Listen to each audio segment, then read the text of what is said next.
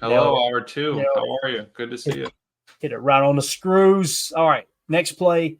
4:39 left in the game. This is a Stroud incomplete passes again. Look at how they're mugging here, man. So you've got a defensive back over here. That's Eric Stokes, right? Am I thinking right? Yeah. So you got Stokesy 1, 2, 3, 4, 5, 6 on the line of scrimmage. Listen, Cooper could fire from this position too. He's not far off, like 40 yards away from the line of scrimmage.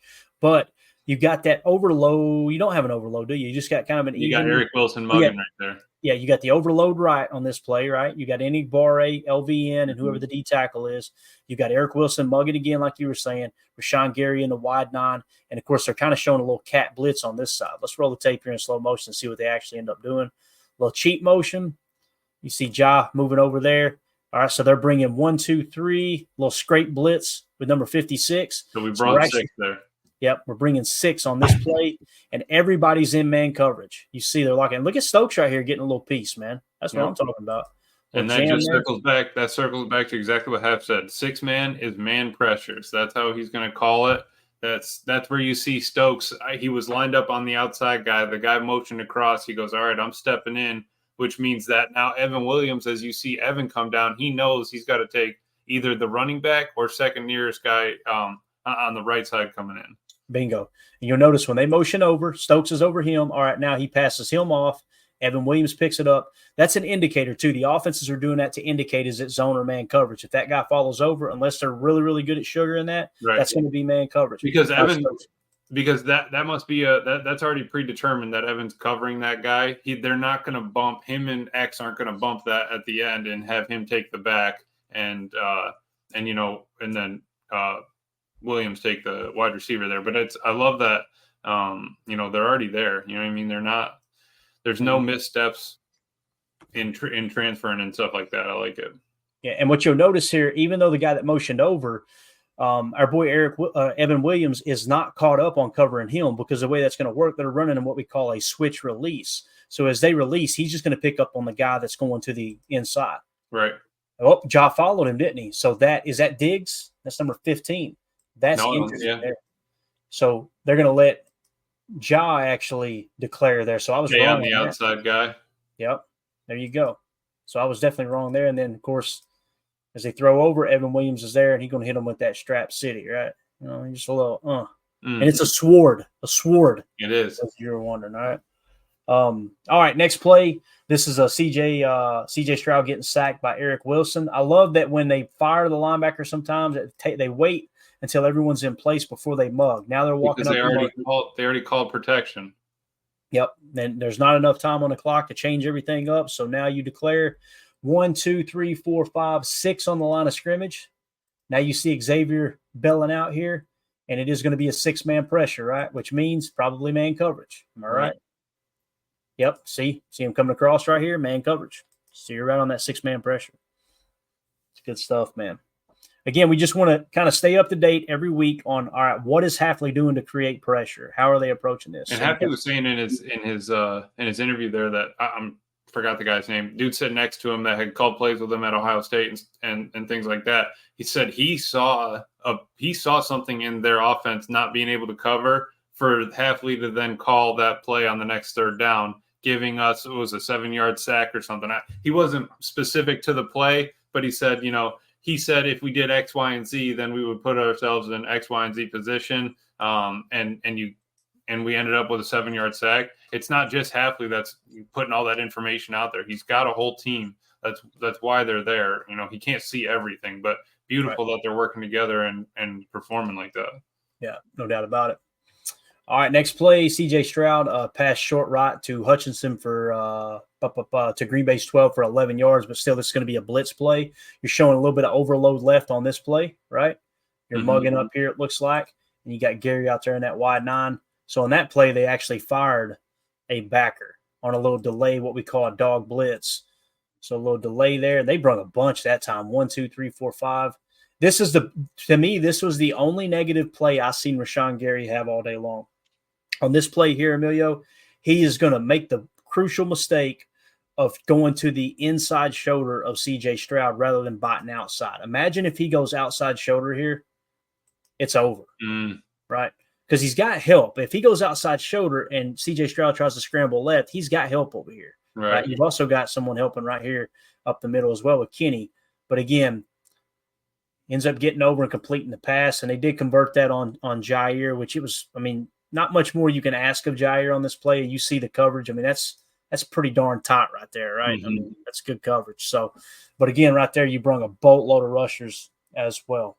Let's see next play, and then we'll wrap this up and move on to another topic here. I just wanted to run through them real quick. Here's the incomplete pass, short right to Tank Dell. Once again, showing the overload, but you're mugging, right? Look at that. 5 on, and then you got your DB over there. Yep. Let's roll the tape, see how many they bring. So a couple guys dropping out. You're bringing 5, little stunt, little game in the middle. Ball out, incomplete. Great coverage there by Stokes, right? Incomplete. So, all right, there you go. Like I said, just wanted to hit some of those to kind of give you guys an idea of, all right, here's what Hafley's doing. Go ahead, Amelia. And it's not, I mean, that they said blitz, right? It could be 5, it could be 6. There's some of them might only be 4. You know, they're not going to get it perfectly every time, but they're taking it as a blitz, and that's why everyone's asking him, you know, what are you doing with those blitzes? He goes, we're only bringing 4. You know what I mean? We're not blitzing. That's why he was just trying to, square that away. So it's cool seeing it, running it back, but I mean, he's doing a great job. Yeah, definitely. Respect Oranges in the chat said, hopefully top 5 defense. You know, I'm going to do something this year. When we go on the bye, we're going to have plenty of time to talk about stuff. When we get on the bye week, I'm going to break down my own defense power rankings throughout the entire National Football League. And what I'm going to do with that is take what I think are the most important statistics from a team standpoint, compile them together, and come up with a ranking system. You got some people, they love DVOA. You got other people that are only focused on yards. You got other folks that are more focused on points. I personally would lean on points more than anything, but I kind of come from a little bit of a gambling approach too. Points per play is absolutely huge statistic in the gambling world. So what we'll do is we'll kind of break it down. I'll maybe pick 3, maybe 4 top statistics and average it all out throughout the entire NFL and see who I think are the top defenses in the league. For sure. Holmes MD1 in the chat says Prince defensive speed is serious. No doubt about it, man. These guys are humming. Let's see here. Prince in the chat says Tim is not here. I blame Emilio. Somebody's got to take the blame, Emilio. They do, man. Holmes MD1 says the phrase of the week, Peter, Peter, Peter. And he put laughing emoji. Yeah. So some of you old heads know what that means. Emilio, do you know what it means? Yeah, I would say so. Kind of the opposite of Richard. Yes, sir. That is correct. Yeah. You nailed it. Yeah. Gotcha.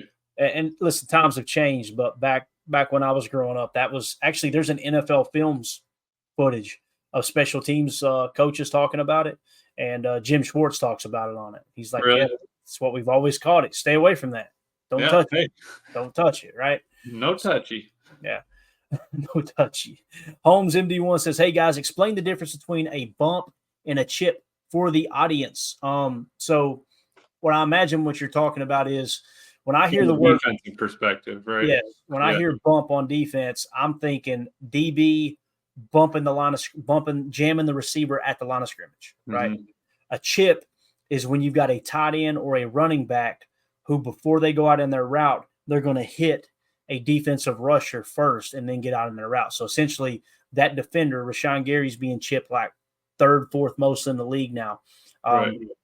It's probably going down now too, since Hafley started to move Gary around, which is awesome. That's why you've seen Gary with 7 pressures in that game alone.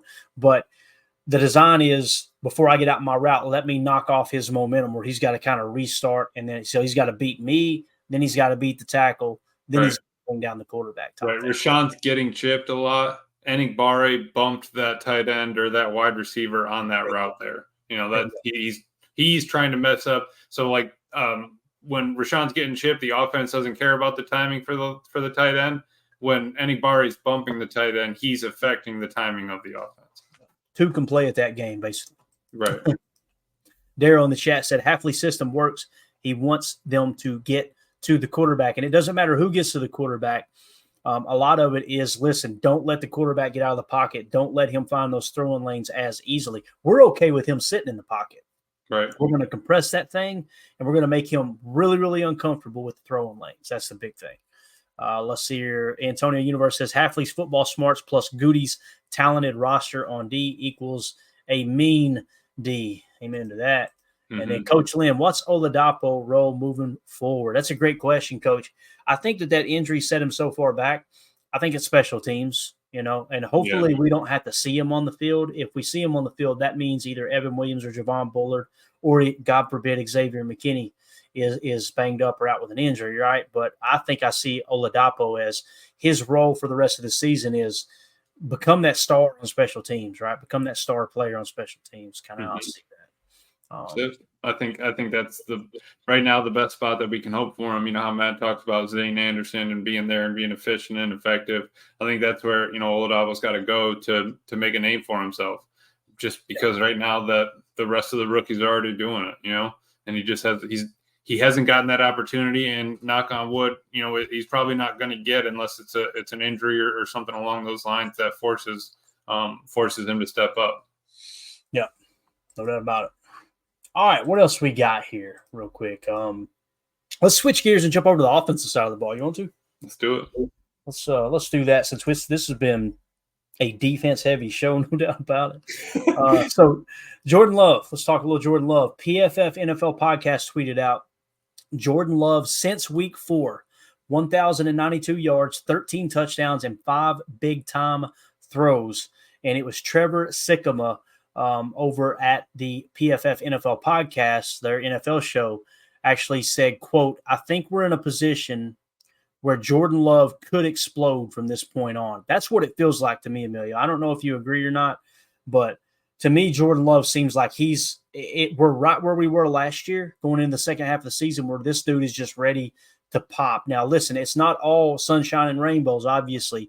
When you talk about his accuracy being 61%, you see him struggle at times with that. To dig a little deeper and understand where his accuracy is struggling, this was a really cool table that came out from @football_insights on X. And basically with the table you got here, running vertically is vertical, charted catchable throw rate, okay? So running vertically along the left, you've got vertical, and then along the right, I believe, is the horizontal throws, right? So essentially what it's showing you is the NFL kind of average is throwing the ball on horizontal breaking routes should be somewhere around 80% catchable. And then the ones going vertically should be a little over 50% catchable. That makes sense. So this kind of shows where each quarterback, their accuracy is maybe succeeding or failing. Okay. And let's key in on Jordan Love. What this shows is when he throws the ball vertically, his catchable rate is over 60%, which puts him in the top 1, 2, 3, 4, 5, 6, 7, 8, 9, definitely the top 10 in the entire league in catchable throw rate on vertical throws, vertical routes, okay? Horizontally is where he's struggling. He's below that 80% mark, probably sitting somewhere at about 75%. And that literally puts him in the bottom 1, 2, 3, 4 quarterbacks in the league when you're talking about horizontal accuracy, okay? So why do I show that?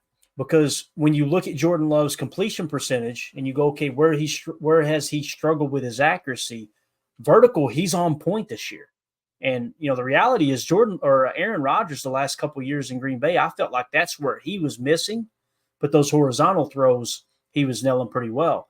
Seems to be the opposite with Jordan. He's struggling a little bit with those horizontal throws or horizontal routes and that catchable rate. But boy, when it comes to going vert, Emilio, my man's on point with those vertical throws. I'm okay with this because that means explosive plays are gonna be aplenty. Mm-hmm. Dropping dimes in a bucket over there. But PFF does it. I'm not sure if it's at the end of the year or whatnot, but they sometimes have a quarterback graph chart where they'll go and do the target mapping and heat map and the index and how far he's throwing down the field and things like that. So I'll have to see if they have that guide up from last year when he was doing it. But even coming up this year, it's going to be cool to see because they have, you have, all right, am I, a yard out in front of him? Am I above his head? Am I below his knees? Where is the ball landing? And like you said, I think that one, it's working on the horizontal accuracy. 2, protecting your player to not put him in a hospital pass. We don't want to put them in hospital balls. We don't want them to lose their knees. We don't want them to get their bell rung, all of that. So that's where you're throwing inside of his shoulder, back off his hip to turn him, or, you can turn his momentum and stop his momentum just by where you're placing the ball. So that's I think something he's probably honing in. Obviously it's probably not perfect, but I think that he's working to that. And if we can, thin him down, if the horizontal, gets better slowly, that's totally fine. But yeah, he can hit those deep balls and he's not afraid to throw the deep ball. So that's 2 for 2. Yeah. United Bates in the chat said, it does seem he often throws behind receivers going across, at least to me.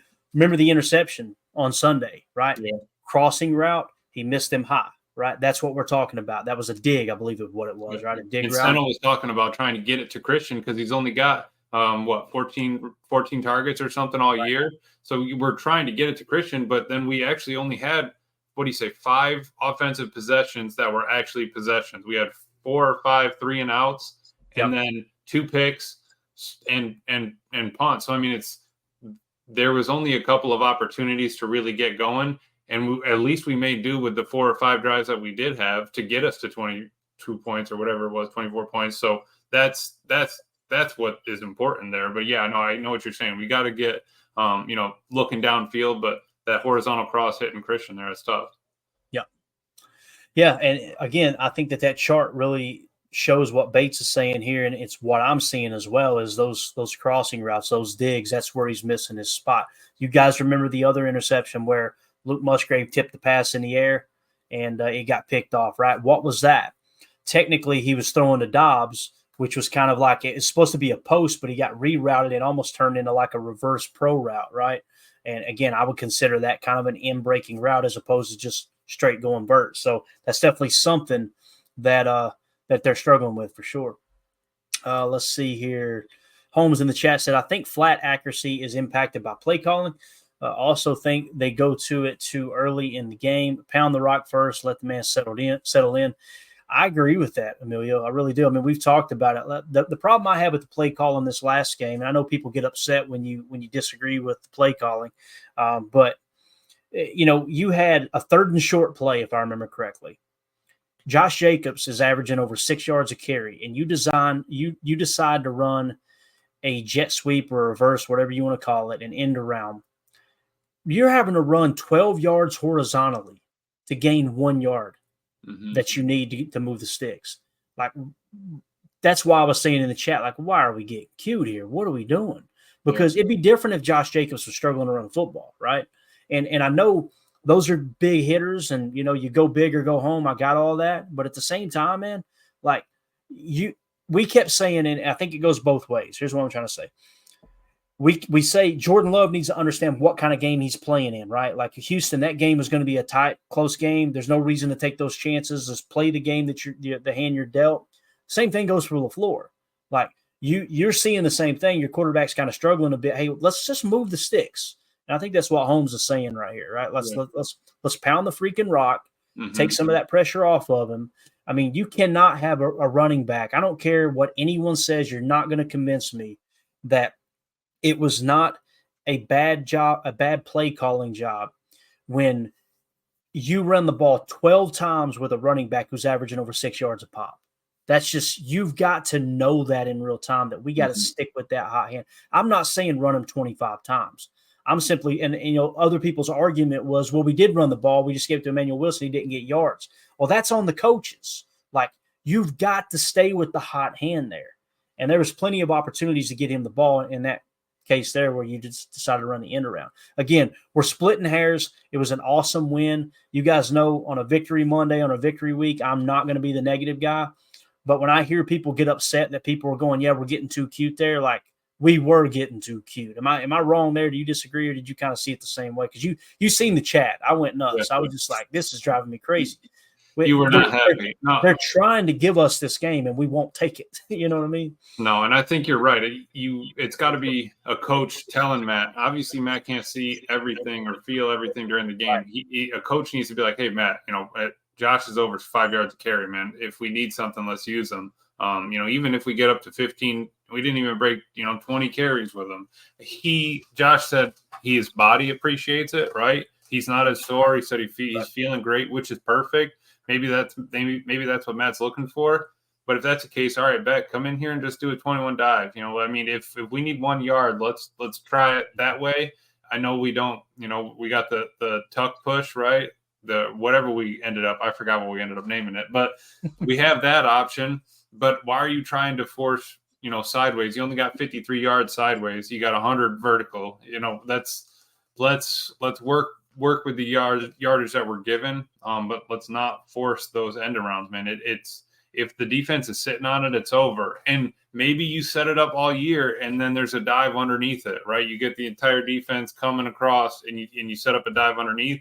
But for there, I don't love that play. And you get Josh Jacobs cooking, then Jordan Love can turn his back to the defense and we can really sell some play action. And I don't think he minds throwing on the run, rolling out anything like that. And I think that'll help the offense moving forward. Yeah, I think it's a great point. Prince in the chat says, felt cute, might change game plan later. Tupac LaFleur. There you go. Edit Tim was here. How about that? We would have the screen grab up right now of Tupac LaFleur if Tim was here. I promise you that. Oh, yeah, that's on me. Keith in the chat. Great show as usual, guys. Hey, thanks, Keith. Appreciate you hanging out with us, buddy. You are the man. Eric Sutherland, on offense, I'm most impressed how far Sean Ryan has come. He's playing well. Man, I'm blown away. Oh, there it is, right there, right on top.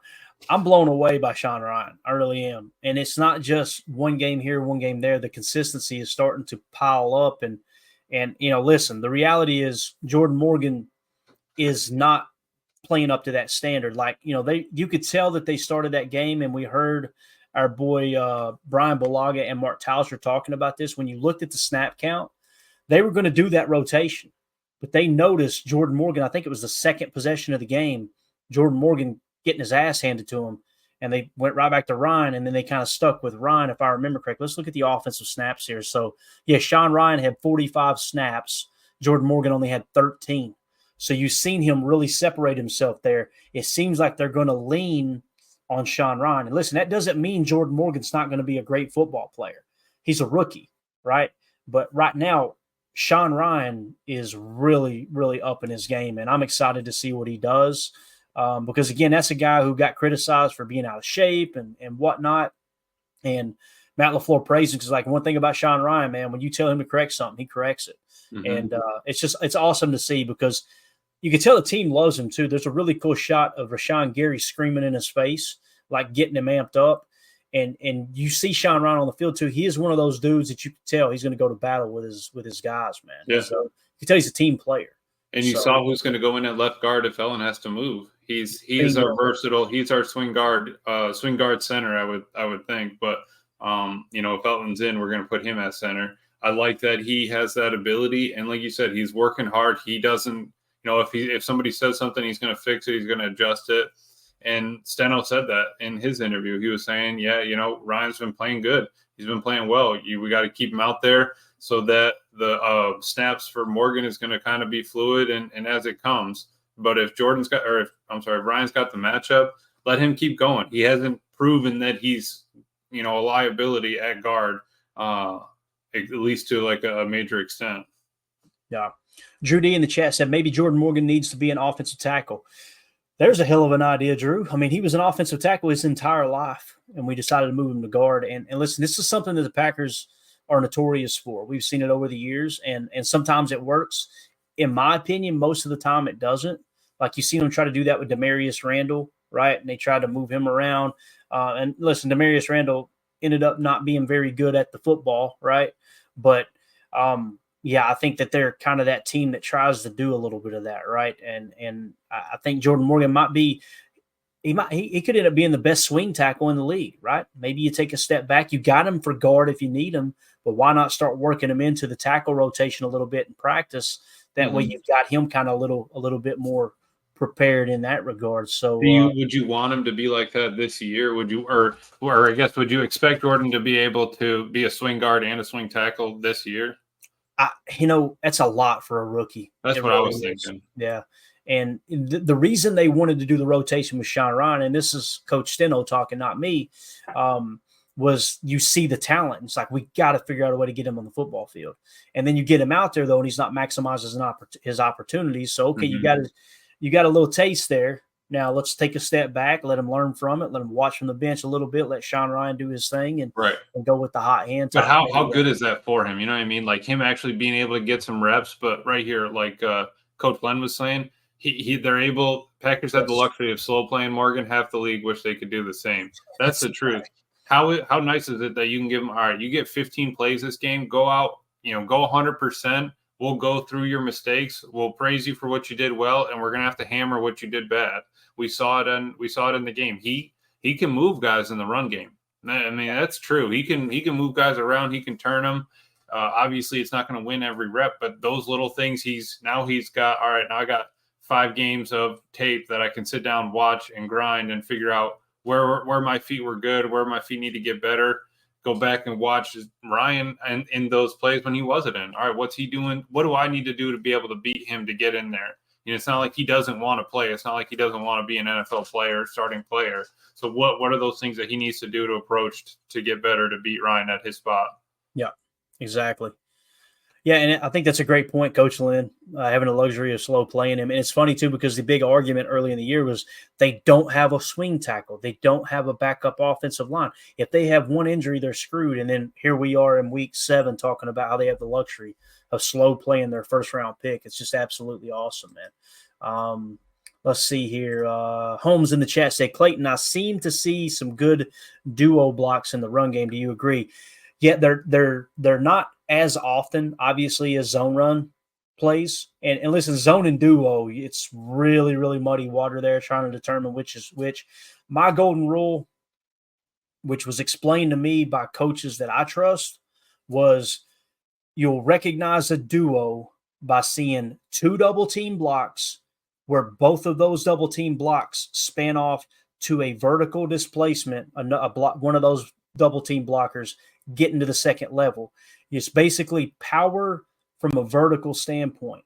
So essentially with the power play, you have like a guard pulling, right? And he's going to move over 1 or 2 gaps and then occupy a different gap. Well, with duo, you're getting to that second level, but you're not skipping a gap. Everybody's staying on the same side as they were with the teammates around them. So like if you're a guard in between a tackle and a center, you're never going to skip a lane. You're never going to skip a gap to where you end up on the outside shoulder of the guard or the tackle or on the inside shoulder of the center, but you are getting to the second level. So the 2 aspects it was explained to me, vertical power, and there needs to be at least 2 double teams. If you only have one yeah, exactly. If you only have 1 double team and he gets to the next level, they still consider that zone. And this is, again, coaches probably hear this and think, who the hell cares, right? We know what our blocking scheme is here. Double there. I don't care. You can call it duo. You can call it giraffe. I don't care. Whatever you want to call it. But that's the way it's been explained to me. But, yeah, I have seen I like duo. I think duo is fun. I think duo is an opportunity for an offensive line, especially if you're a pass-happy offense who's just been getting punched in the face with the pass rush, to go, all right, guys, here's a duo. Let's go out there and kick their ass on this run. And you can fire off the ball, double to the second level, catch that backer not looking like Ben Sims did, right? That could have been considered a duo if there was another double team on the line, even though as a tight end, he rushes up, helps the tackle with the end, and then got to the second level and just absolutely annihilated the linebacker. You ask any offensive lineman, would you rather pass block or run block? Oh, they're going run block all day. Downhill. That pass block is rope-a-dope. Pass block is you're dodging those shots, you're taking it on the chin, right? And run blocking is, hey, let's come out and fire some haymakers here. So Keith, whoever's across from you, instead of backpedaling and catching, they like to initiate the contact too. Definitely. Prince in the chat says, I have a feeling we won't see Lloyd until after the bye. No reason to rush him back with 3 healthy running backs. Could not agree more, Prince. I think that the little bit we've seen of Marshawn Lloyd and hearing how Matt LaFleur bragged on him, he called him that little rocket out of the backfield. Yeah, why not utilize the bye, right? There's no reason to rush him back now. Got all the faith in the world in Emmanuel Wilson. I think that the other guy too, Chris, what's his last name? I always forget. Chris Brooks. Chris Brooks is, I'm telling you, I hope we don't get to the point where you have to see him get a significant amount of carries, but if you do, you're going to be really impressed because you can watch every stop he's ever made in the league. He was in Miami. He was somewhere else this year too. Was it Washington maybe? whoever it was with, if you go watch his preseason tape, that dude's averaging like over 6 yards a carry. Like Right. he is very He's physical. our James Starks. Bingo. And you only did that because he's from Buffalo, right? There you go. So Matt LaFleur also talked about his pass pro is real solid, and he's a good special teams player as well. So you got a lot of value there with him. I think that's his team. I mean, we have a lot of versatile players. You know, we don't have a lot of. There's not two-way players anymore, offense, defense. We have a lot of two-way offense, special teams guys, and I think we took. What was it? 2 years ago, probably we were talking about. Oh, you know, let's not use starters on special teams. Let's not do this. Let's not do that. You know, we don't want them to get hurt. And Jaws out there trying to dive to block a kick. You know, we got Jaden Reed out there trying to catch punts. You got to put your best players out there. They're playing a game where there's a possibility of them getting hurt, but you can't play scared. That's when you get even more hurt. That's when you get really badly hurt. So exactly, yeah. You ask anybody who's played the game of football, that's what they say. If you go out there trying not to get hurt, you're going to get hurt. Mm-hmm. It's going to happen, man. It's going to happen. Yeah, but I agree with you, Prince, on Lloyd. Let's see. A Deadfish giving us an update. Vikings 14, Rams 14. It's a different Rams team when you got Cooper Kupp and Puka Nacua, man. That's what some of the chat was saying. They were saying that different team with Puka out there and being able to move that ball around there. It's a different team when you have two wide receivers that can catch and that can run routes like that. Yeah, and I'm really proud. Like, I'm not a I told you so person. I hate it, man. There's nothing I despise more than hearing somebody say, I told you so. I just want to slap them in the mouth when I hear them say that. It's like people repellent. But when we were going through that draft process, when Puka Nacua came out in the draft, that was a guy that kept popping up on my board. And I'm like, why is he so low on the consensus big board? And all the data I have suggests this dude's going to be a stud. Mm-hmm. I think we'll never hear him again. And then lo and behold, rookie year, it's like, whoa, this dude can play. I'm like, hark, we were on to something, right? I'm excited about the draft season too, man. If you guys are new here, feel free to hit the like button, sub to the channel, all that good stuff. But we do shows. Yeah. We try to do them every day of the year is the goal, 365 days a year. In some cases, we'll do multiple shows a day. We got Good Morning Lambo. As we get deeper into November, we'll have morning shows and evening shows. We do post-game shows, pre-game shows. And when we get into the off-season, man, Emilio, it didn't miss a beat, did it? As soon as the season was over, all right, guys, here's the top free agents coming up. Here's the coaching changes that are happening. Is Jeff Hafley going to get poached? All these things, right? Who are you signing off your practice squad to futures contracts? And then it's immediately into free agency. It's immediately into draft prep. Next thing you know, it's training camp, man. It's 365 days a year. And what's crazy is summer went so fast, and this season now is starting to go fast. Like the weeks are starting to fly by. By the time we get to, we haven't even gotten to the bye yet, but it feels like we're already halfway through the season. We're cruising up on it. We played one divisional game, but it seems like everything's happening so fast. By the time we get to the draft, it's like we were worrying about all these people that are going to be on the team. We had to make cut downs from 91. What are we going to do? We were talking about Kalen King. And when was the last time we talked about him? It's not you're not going to get everybody. My man, Glover, I want to see him out there, but it's just not going to happen right now. Let the talent out there that's winning and playing these games together, let them just keep going. And since we're kind of talking O-line, I was thinking about this earlier today. What I think the long-term plan is there, and when I say long-term, I mean this offseason, I think that they'll probably let Josh Myers test the market. And if you can get Josh Myers back on a deal, $3-4 million a year, they may say, you know what, he provides enough stability that we want him back. I disagree with that, but I can see where the coaches would view it that way, right? Now, his athleticism is going to warrant a pretty damn good paycheck in free agency. I believe that with everything in me. There's going to be other teams that had a high draft grade on him. They're going to see his athleticism, his size as a center, and they're going to go, let's go pay that dude. And the Packers may just let him walk. If that happens, let's just assume Josh Myers isn't back next year. If that's the case, kick Elton Jenkins over to center, put Sean Ryan at left guard, have Jordan Morgan play right guard, right? And you've got Rasheed Walker at left tackle, Zach Tom, you need to extend him, have him at right tackle. And guess what happens, Emilio? Travis Glover, those guys, they step up now and start to work their way into that swing tackle role, and it's next man up, right? Yeah. And that you've seen it with Sean Ryan. Like, he didn't play a single snap, to the best of my knowledge, his rookie year, right? And now all of a sudden we're talking about, hey, look, here's a guy who's actually stepping up and playing good this year. Some people just need to incubate, right? Right. I'm not saying Glover's going to be a all-pro at tackle. I'm just saying I just want to see the kid get a chance. You know what I mean? Like Eric Wilson finally got his chance at backer. You know, Edrin Cooper's getting his chance at linebacker. We haven't even seen Hopper. I'd love to see our third-round pick out there. But he's making plays on special teams. He is physical. He's a thumper, but we haven't seen him out on the field. Why is that? Is it, talent? I mean, it doesn't seem like it's a lack of talent. Maybe he doesn't, get the defense, or maybe it just falls back to Hafley trusting him. We have trust in our D-line, their experience. They've been there. He has trust in Eric Wilson. That's why he put him out there after Quay got hurt. So maybe it's as simple as that. And he just needs to learn more and get another year under his belt. That happens. Yeah. Definitely. And again, the Minnesota Vikings and the LA Rams are still tied at 14. They got the Rams backed up. It's going to be a 3rd and long, and probably have to punt here in just a second. There's 5 minutes and 30 seconds left in the second quarter. So we're approaching the middle 8 here. Going to be huge to see if the Rams can, it's like they're just trying to get a little bit of yardage back, and they do. So need to pin them deep here and protect the middle 8. We're Rams fans tonight, baby. I was telling Amelia offline, it'd be awesome if the Rams could somehow win this game. Minnesota drops to 5-2. Let's say we win next week and they lose again. All of a sudden they look up and go, how did the Packers pass us in the standings? Right? Could you imagine? That would be wild. I think it will be an uphill battle for the Rams tonight, though. Minnesota's they're a wagon right now, man. They're playing good football. No doubt about it. I think that, but like Chad was saying, Darnold's getting a little rattled.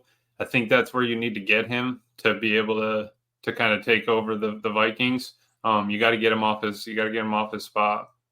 Yeah, definitely. And it looks like there's some people in here, like Holmes says, I've warmed to Myers. He's playing better. Monk is good at center, I think, as well. And then I think that's what Reef is saying here, too. That looked good that game, Clayton, when Myers went down. When Ellen took over at center and Myers was out. Okay, and Ryan hopped over. Listen, in a perfect world, Myers is a top 5 center. Re-sign him.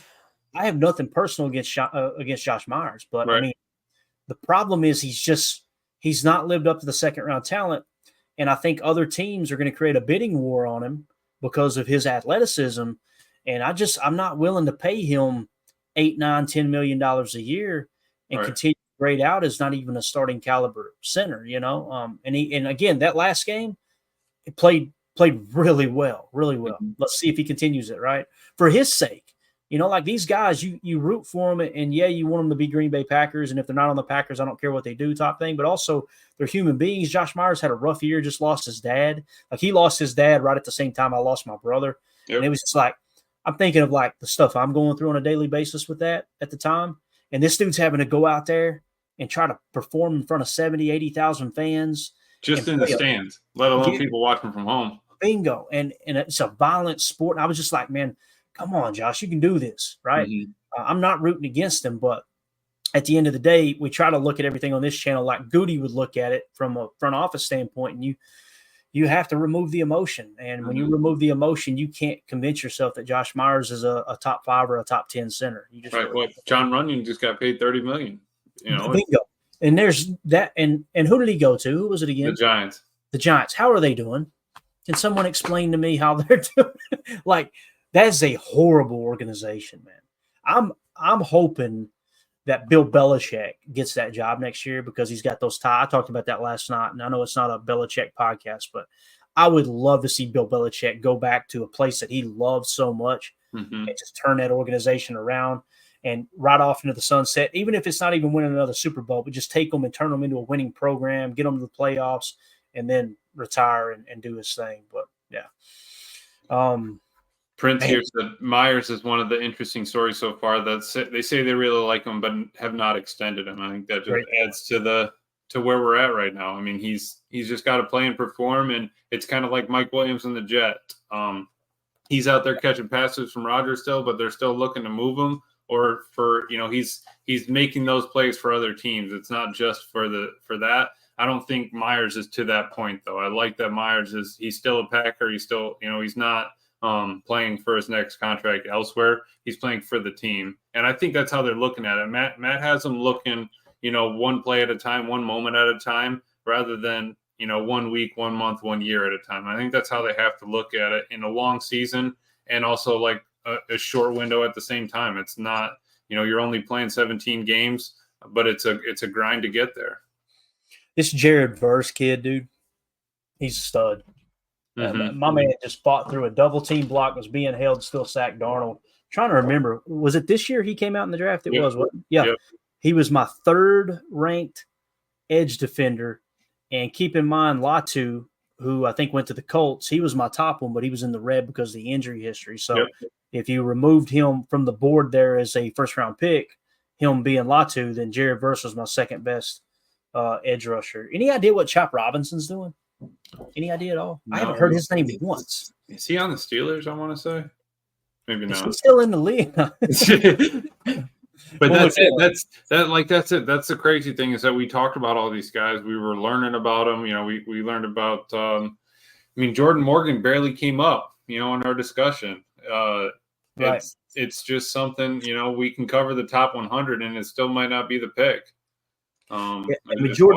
With Jordan Morgan, I had him 1, 2, 3, 4, 5, 6, 7, 8th best tackle.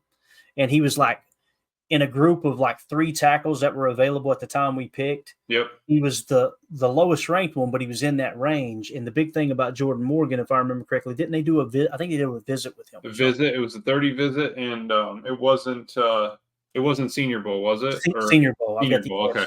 Yep. Yes, spot. Yeah, and that's where you get that little extra.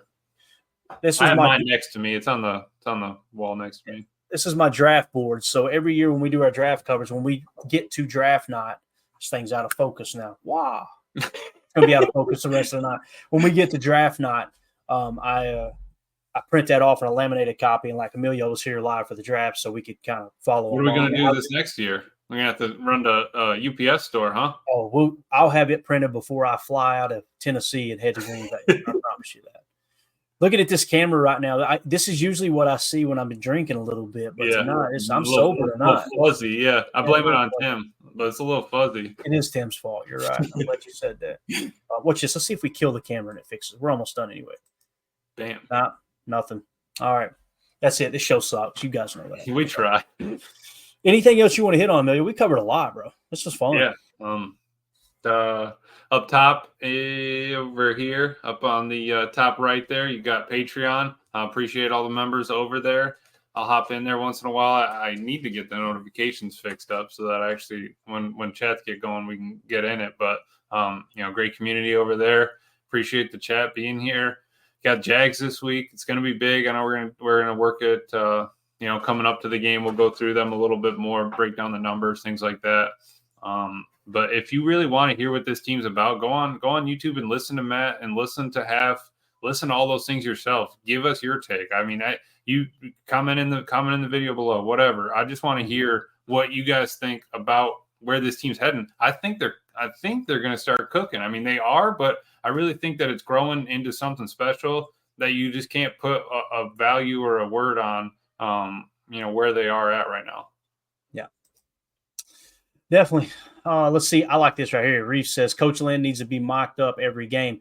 I would love to do a watch party, but you guys have heard me talk about it. I think it would be a blast to get in here and actually do a live broadcast while watching the game. There'll be a lot of dead air, obviously, but it would be cool to hang out with the chat and this and that. But man, it's just pre-game show, watch party, post-game show. It's like a 6-hour day, man. I can't do it.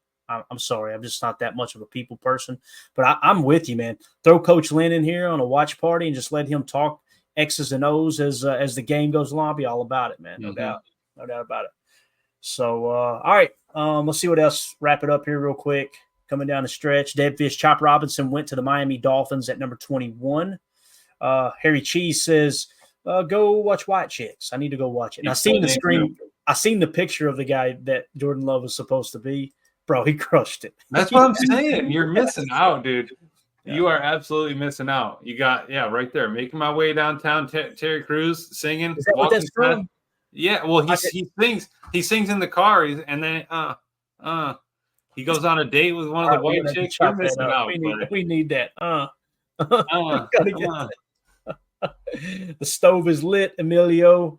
I'd say. I mean, we were talking about being a kiln and being able to shape all this talent and everything like that. I think we're past that, man. We got Gordon Ramsay in the kitchen right now. It just depends on if he's cooking his risotto or whatever he's about to whip up. But I mean, it's coming. Yeah. Eric Sutherland says, this show sucks, but I continue to give it time. I'll never get back. That's so true. I appreciate you giving us the time that you're never going to get back, Eric. Acting like you've actually got a life, Eric. Come on, bro. Come on. All right, we're out, guys. We appreciate y'all. Thank y'all for hanging out with us. Hit that like button. Subscribe to the channel. We'll be back. Tomorrow night, we will not be back. We got Friday Night Lights, so Nice. I'm going to be going to the nephew's ball game. If I get home in time, I may do a late afternoon show before we leave, or early afternoon show, rather, before we leave. But nonetheless, we'll be back Saturday, and we'll probably do 2 shows on Saturday, morning show, evening show, and then, of course, we'll be back for the pregame show and the postgame show. So, Emilio, thank you for your time, bud. This was fun. Of course, happy to be here, always. All right, man. We'll catch y'all tomorrow. Tim ain't here to help us. Wrong one. For those of you listening on the pod, thank you for making us part of your day. As always, let's go out and be the change we want to see in the world. I don't listen too much Taylor Swift. I don't either, Jordan. Go Pack, go.